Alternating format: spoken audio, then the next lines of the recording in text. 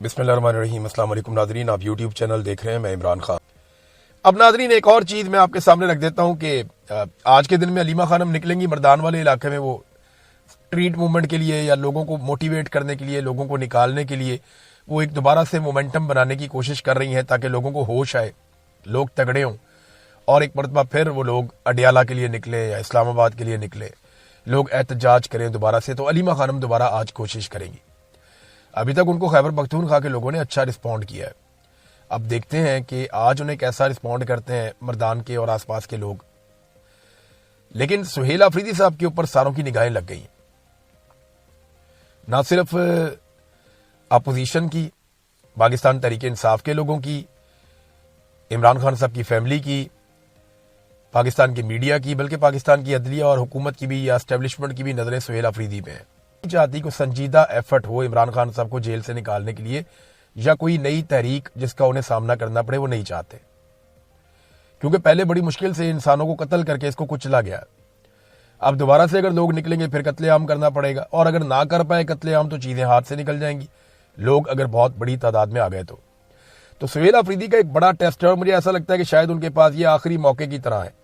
ये जो 5 अगस्त है, अगर उसके ऊपर कोई वो बहुत वाज़ेह हिकमत अमली दे देते हैं और लंबा चौड़ा अनाउंसमेंट नहीं करते और वो ये कहते हैं जनाब बस ये फाइनल राउंड है, अब हमने ऐसे ऐसे करके करना है और इस दिन हम निकल जाएंगे, अगर वो वजाहत के साथ आ जाते हैं तो फिर सूरत हाल कुछ और होगी।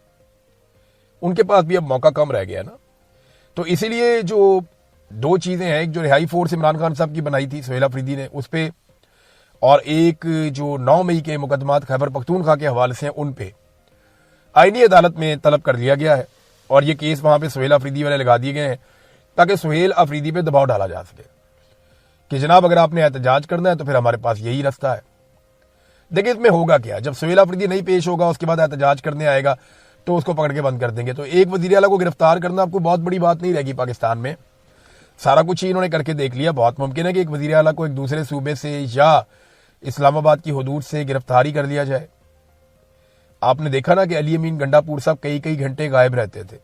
आज अली अमीन गंडापुर वजीर आला नहीं है, लेकिन जब कभी वो मुस्तकबिल में किताब लिखेंगे या कोई चीज़ वो लिखेंगे या उनकी फैमिली लिखेगी या उनके करीबी लोग लिखेंगे, अगर उन्होंने उसमें सच लिखा तो वो ये बताएंगे कि उनको कौन से अफसर उठा के या बुला के कहाँ ले गए थे और वहाँ क्या डिस्कशंस होती रही हैं। ये सारे पोल एक वक्त आता है तारीख में खुल जाते हैं। बाज़ औक़ात जिनके साथ हो रहा होता है वो खोल देते हैं, बाज़ औक़ात जो कर रहे होते हैं वो खुद ही पोल खोल देते हैं और ये चीजें सामने आ ही जाती हैं। 8-10 साल, 5 साल, 7 साल, अब ज्यादा देर छुपी नहीं रहती। तो सुहेल अफरीदी के पास ये एक मौका है। कुछ लोग ये खबरें दे रहे हैं कि जेल में इमरान खान साहब की हालत ठीक नहीं है। देखिए मेरे पास जो इमरान खान साहब के हवाले से आखिरी खबर आई थी वो मैंने अब लगभग 1 महीना होने वाला है, मैंने तब वो खबर दी थी। लेकिन वो खबर जिसने मुझ तक पहुंचाई थी उसको भी ये खबर जो मिली है वो सोर्स तकरीबन 1-1.5 महीने पुरानी बात है। यानी मैंने आपको बताया था कि इमरान खान साहब की सेहत बेहतर है, उनकी आंख के मसाइल चल रहे हैं और उन्होंने अपनी बहनों के हवाले से एक पैगाम भेजा था। ये मैंने आपको बताया था। वो पैगाम जो है वो किसी तरह उनकी बहनों तक, उनकी फैमिली तक पहुंच भी गया था। उस वक्त वो 1 लाइनर ही था और वो किसी और जरिए से आया था। अब मेरा इस वक्त सवाल यह है कि अभी इमरान खान साहब की सेहत के हवाले से खैबर पख्तूनख्वा और इस्लामाबाद के कुछ सहाफ़ी दावे कर रहे हैं और वो ये कह रहे हैं जी इमरान खान साहब की सेहत अब कमज़ोर हो गई है। ये उनका दावा है। वो ये दावा कर रहे हैं कि ना सिर्फ उनकी सेहत कमज़ोर हो गई बल्कि एक सहाफ़ी ने तो यहाँ तक कहा कि जनाब उनके कोई हाथ कांपते हैं इमरान खान साहब के। अब ये 2.5 महीने में ऐसा क्या हुआ?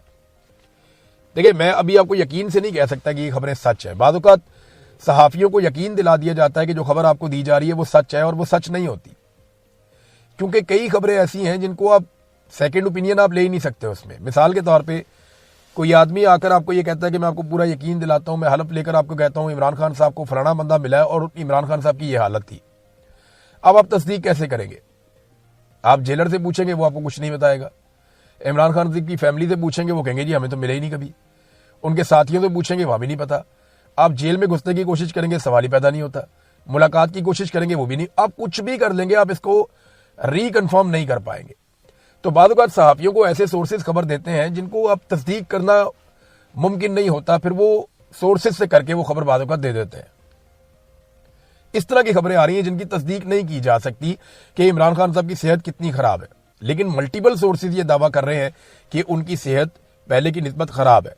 तो अब एक इंतहाई सेहतमंद आदमी, अचानक उनकी आंखें खराब हो जाती हैं, बाद में उनकी इस किस्म की शिकायत जो है वो अभी जो मीडिया रिपोर्ट कर रहा है, तो ऐसा क्या किया गया इमरान खान साहब के साथ कि उनकी फैमिली की और डॉक्टरों की मुलाकातें भी बंद करवा दी गई, उन्हें कैद तन्हाई में डाल दिया गया और उसके बाद पता चलता है या सहाफी ये क्लेम करते हैं अपने सोर्सेज से कि जनाब अब उनकी हालत अच्छी नहीं है। तो ये बड़े सवालात हैं, इस पे आलमी सतह पे आवाज उठनी चाहिए। उनके बेटे ने भी हाल ही में आवाज उठाई, बहुत सारे और लोग कोशिश कर रहे हैं, बैनुल-अक़वामी सतह पे इस पे आवाज उठती रहती है, मजीद आवाज उठनी चाहिए।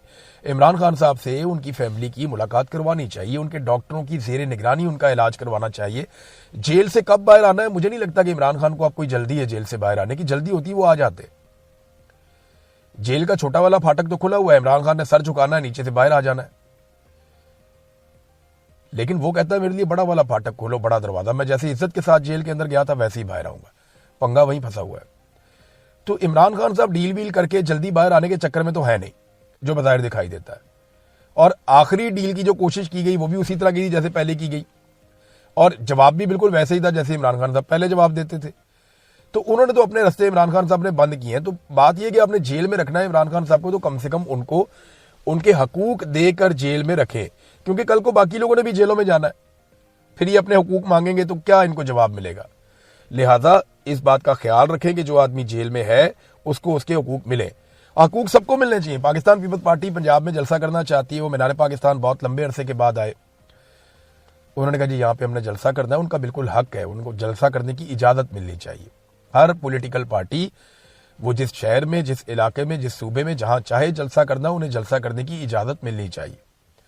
लेकिन पीपल्स पार्टी के लोगों ने शिकवा किया कि उनके ऊपर वहां पे कुछ तशद्दुद किया गया पुलिस की जानिब से।